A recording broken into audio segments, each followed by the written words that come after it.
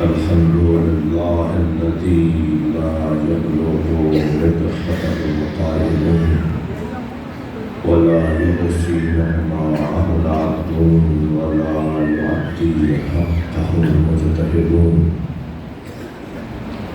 الذي ليس لصفته حد محدود ولا نعت موجود ولا وقت معدود ولا أجل ممدود فطر الخلائق بقدرته ونشر الرياح برحمته الصلاة والسلام على الرسول المصدد المصطفى الأمجد المحمود الأحمد سيدنا ومولانا ومولى الكونين جد الحسن والحسين وعلي والقاسم محمد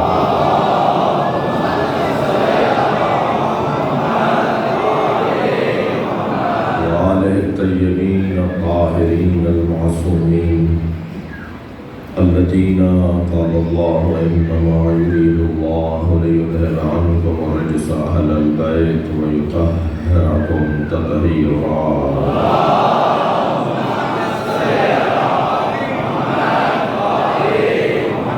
لعنة الله عليهم أجمعين من يوم عداوتهم إلى قيام يوم الدين. أما بعد قال الحكيم في القرآن الكريم بسم الله الرحمن الرحيم فلا وربك لا يؤمنون حتى يحكموك فيما شجر بينهم ثم لا يجدوا في أنفسهم حرجا مما قضيت ويسلموا تسليما.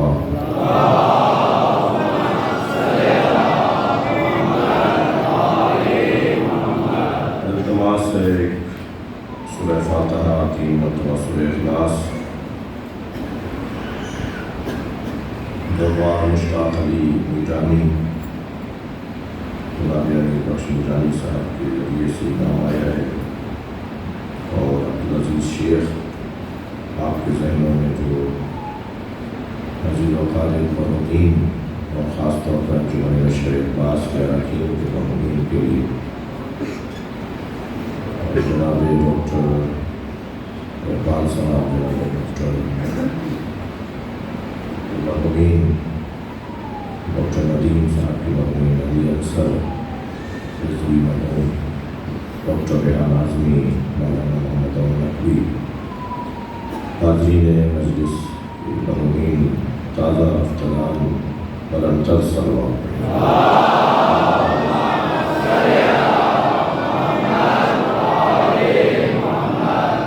کی دعا کریں مدینہ فاطمہ بیمار ہیں ڈاکٹر محسن ڈاکٹر نصرت فاطمہ سید محسن رضا اقبال حسین رضوی محمد طفیل اقبال آفتاب محمد زاہد کربلائی علی احمد تقوی سیدہ بنت اختر شرف الدین بکو سید افضل رضوی اور آپ کے ذہنوں میں عزیز و خالد میں جو بیمار ہیں نام نبی ظفر صاحب کی والدہ محترمہ میرے والدین آپ سب کے بزرگ سب بیماروں کی شفایت یابی کے لیے برنتر صلوات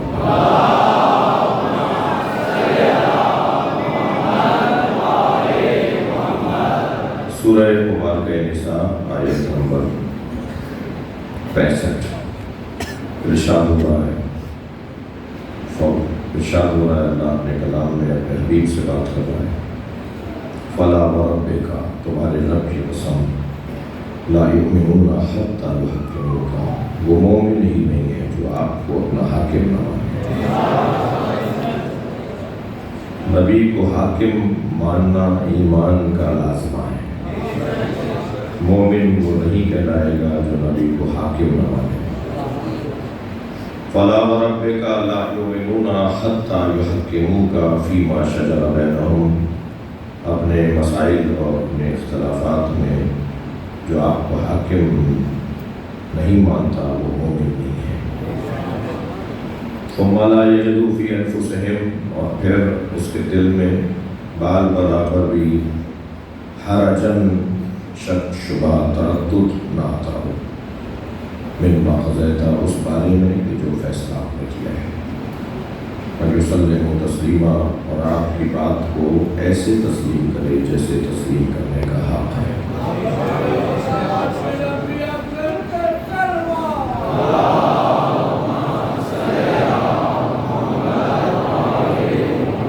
اللہ اپنے حبیب کی اس آیت میں عظمت کو بھی بیان کر رہا ہے اور حاکمیت کو بھی بیان کر رہا ہے۔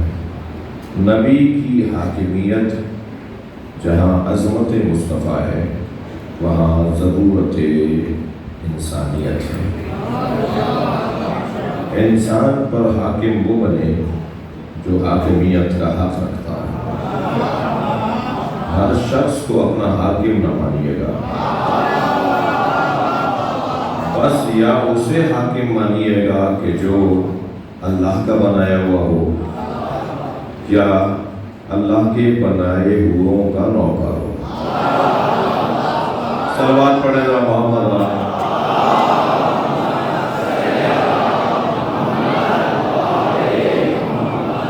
گزشتہ 3 مجلسوں میں عظمت مصطفیٰ پر غور کرنے کی کوشش کی، اس بات کے اعتراف اور اقرار کے ساتھ کہ میرے اور آپ کے بس کی بات نہیں ہے۔ ہماری مثال تو اس چاہنے والے کی سی ہے جو سمندر کے کنارے کھڑے ہو کر سمندر کی تعریفیں کرے۔ اسے کیا پتا کہ اس کی گہرائی کیا ہے، اسے کیا پتا کہ اس کی وسعت کتنی ہے، اسے کیا معلوم کہ اس میں کیا کیا مخلوقات پوشیدہ ہیں۔ یہاں تو بعض اوقات سمندر کے کنارے کھڑے ہونے والوں کو بھی بیماری طاری ہو جاتی ہے، اترنے والوں کا کیا مقابلہ کریں۔ اور گفتگو ہم نے یہاں سے شروع کی تھی کہ جب تک عشق مصطفیٰ نہیں ہوگا، عشق الہی کا مطلب سمجھ میں نہیں آئے گا۔ اور اگر کوئی عاشق مصطفیٰ ہونا چاہتا ہے تو اسے در علی پر آنا ہوگا، اس لیے کہ رستہ یہی ہے، پہلے علی، پھر نبی، پھر خدا۔ ہمیں اس رستے سے اللہ تک جانا ہوگا۔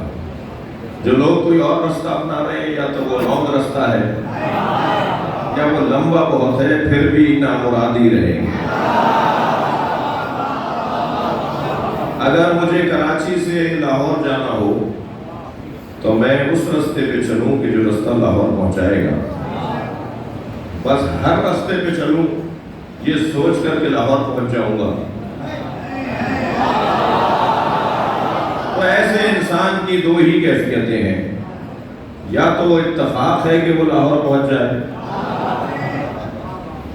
یا تو اتفاق ہے کہ وہ لاہور پہنچ جائے، اور مگر ایسا شخص جو بغیر سوچے ہوئے کسی بھی رستے پہ چل رہا ہے کہ اسے لاہور جانا ہے، اور اتفاق ہے کہ وہ لاہور پہنچ جائے، تو جب تک وہ رستے میں رہے گا غیر یقینی کیفیت میں رہے گا، اور غیر یقینی کیفیت میں ہزاروں رکعتیں ایک طرف اور یقین کے ساتھ سو جانا ایک طرف۔ صلوات پڑھے محمد و آل محمد۔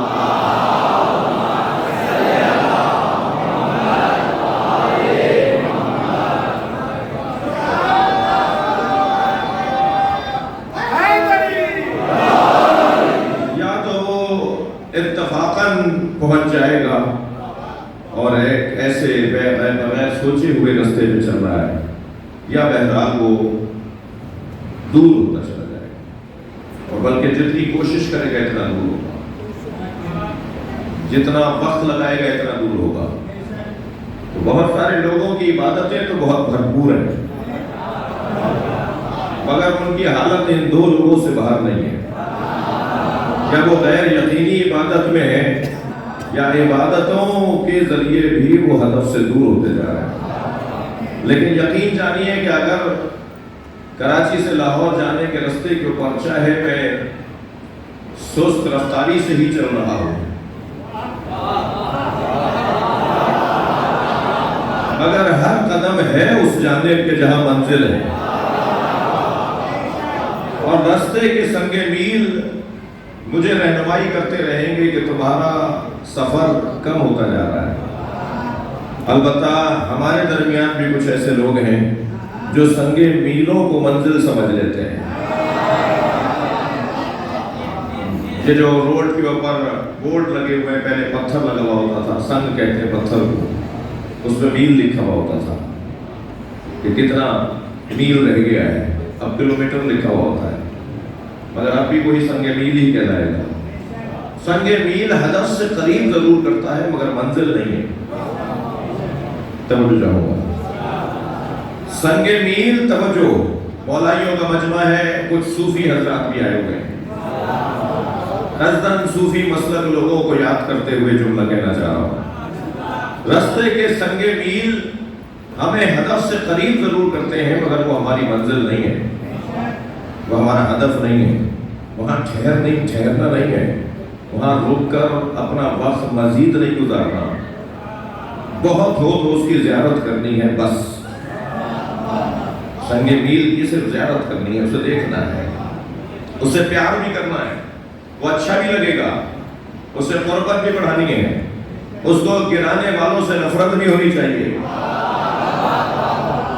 مگر عزیزان گرامی سنگ میل ہماری منزل نہیں ہے۔ بس یہی سمجھانا چاہوں گا ان لوگوں کو کہ جو اولیاء الہی کے مزاروں پر تو خوب جاتے ہیں مگر علی سے آشنا نہیں ہے۔ یہ اولیاء الہی کے مزار علی تک پہنچنے کے لیے سنگ میل ہے، یہ تمہاری منزل نہیں ہے۔ اس لیے ہم دہلی کو شریف کہتے ہیں، اجمیر کو شریف کہتے ہیں، سہبند کو شریف کہتے ہیں مگر نجف کو اشرف کہتے ہیں۔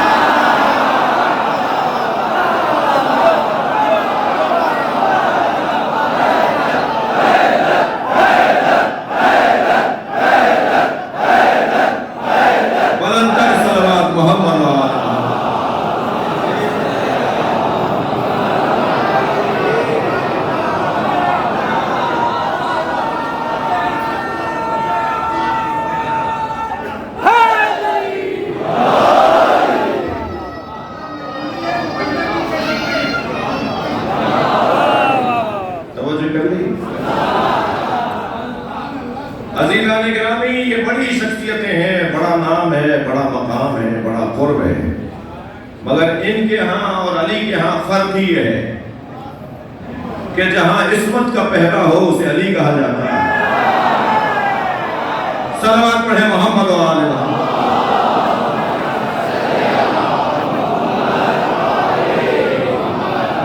خبردار ان کے اشعار میں یا ان کے اقوال میں اگر کوئی چیز ایسی مل جائے جو آپ کو علی کے قول سے یا علی کے فیصلے سے ٹکراتی نظر آئے تو گھبرانا نہیں، اس لیے کہ ایسا ہو بھی سکتا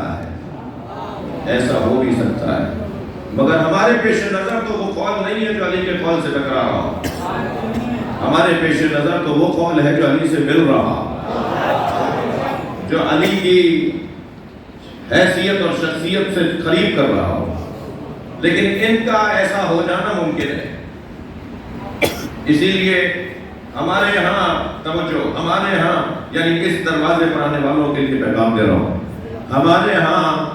ہمارے ہاں بیعت صرف اسی کی ہے جو معصوم ہو۔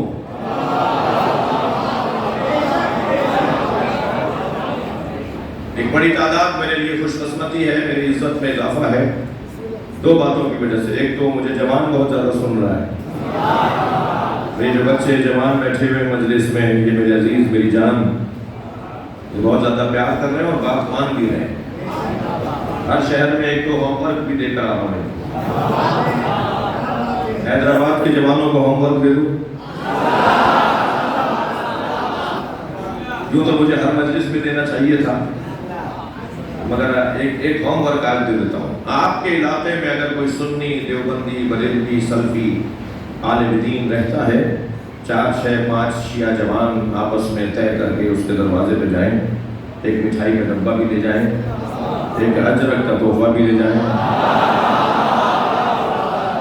اور ایک پھولوں کا گلدستہ بھی لے جائیں اور دروازہ بجا کر انہیں ہدیہ دینے کے بعد کہیں کہ ہم شیعہ ہیں۔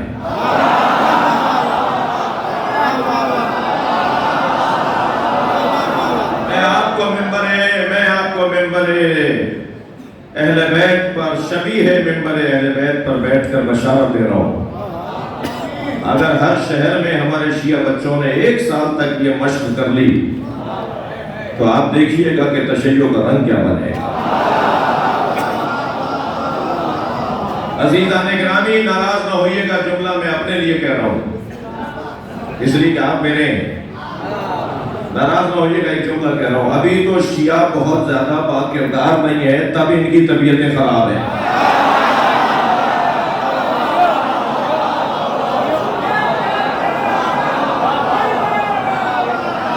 اگر شیعہ برادری کردار میں اور بہتر ہو گئی تو یہ میوزیم میں بھی نہیں ملیں گے۔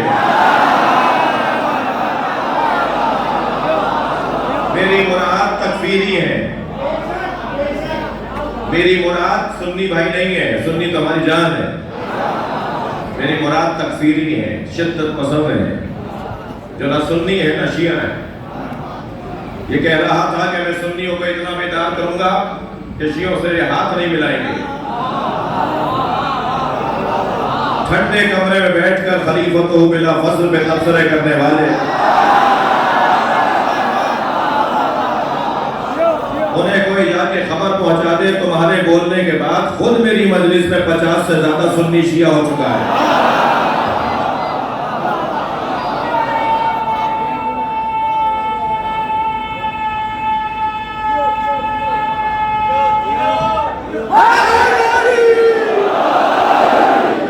تم اہل سنت کو ہم سے دور کرنا چاہتے تھے، ہم نے تمہارے گھروں میں علی ولی اللہ پہنچا دیا۔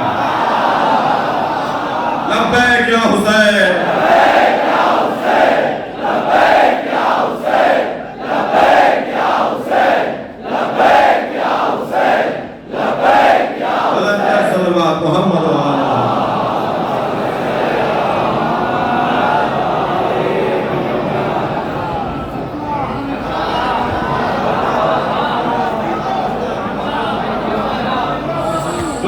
سنی ہماری جان ہے، اور میں اتفاق ہو رہا ہے ڈاکٹر صاحب، میں اکثر جا رہا ہوں جہاں سفروں میں ہوتے ہیں تو وہ آواز دے کر مجمع میں سے ابھی ایک بچہ ہاتھ اٹھا رہا ہے، یہ الحمدللہ سنی ہے۔ مجھے وہ سنی بڑا اچھا لگتا ہے جو لاکھوں شیعوں میں ہاتھ باندھ کے نماز پڑھتا ہے۔ میں بات جملے تکراری ہیں اور آپ نے 10 دفعہ مجھ سے سنے ہوئے ہیں، مگر آپ کہتے ہیں دوبارہ سناؤں۔ مجھے وہ سنی بہت اچھا لگتا ہے جو لاکھوں شیعوں میں ہاتھ باندھ کے نماز پڑھتا ہے۔ ایک اس وجہ سے اچھا لگتا ہے کہ وہ ہاتھ باندھ کر بتاتا ہے جو دین میں نے سمجھا ہے اس پہ عمل کرنے کی جرات بھی رکھتا ہوں۔ دوسرے کو مجھے اس لیے اچھا لگتا ہے کہ وہ لاکھوں شیعوں میں، کربلا میں، نجف میں، مشہد میں، امام رضا، امام علی مولا حسین کے حرم میں لاکھوں شیعوں کے درمیان وہ ہاتھ باندھ کے نماز پڑھ کر بتاتا ہے شیعوں سے ڈرنا نہیں، یہ مارتے نہیں ہیں۔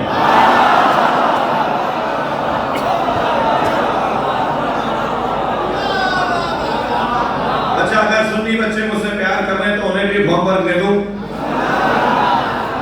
اتنے سنی بیٹھے ہیں کیا؟ یہ سمجھداری کی ہے۔ صلوات پڑھ رہا محمد و آلہ۔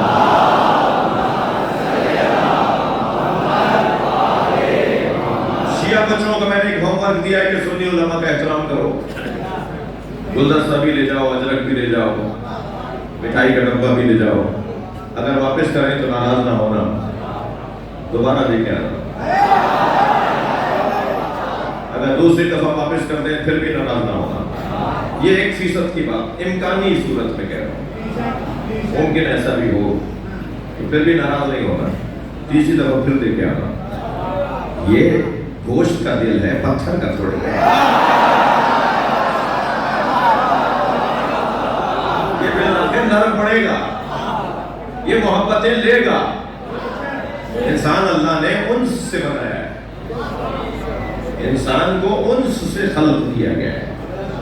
جہاں نسیان اس کے معنی ہے کہ یہ بھول جاتا ہے، وہاں انسان کا مطلب انس بھی تو ہے، یہ پیار کا محتاج ہے، یہ پیار اور محبت کو چاہتا ہے۔